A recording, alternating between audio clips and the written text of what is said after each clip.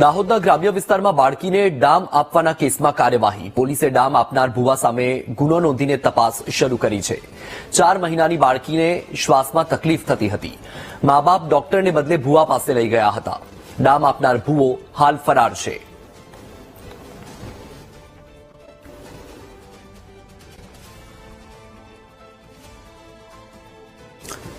તો દાહોદમાં ચોંકાવનારી ઘટના સામે આવી હતી કે જ્યાં માતા પિતા ભુવા પાસે બાળકીને લઈ ગયા હતા, જ્યાં બાળકીને ડામ આપવામાં આવ્યો હતો. વધુ માહિતી સાથે સંવાદદાતા ઉત્સવ આપણી સાથે ફોનલાઈન પર છે. ઉત્સવ, જે ભુવાએ ડામ આપ્યો હતો એ ભુવો હાલ ફરાર થઈ ગયો છે. શું માહિતી છે આ મામલે?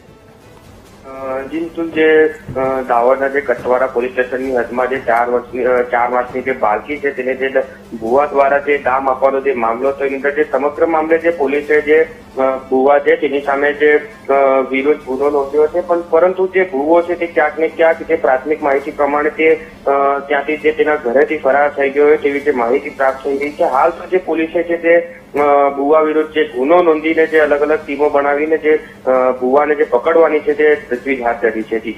બિલકુલ ઉત્સવ, માહિતી બદલ આભાર.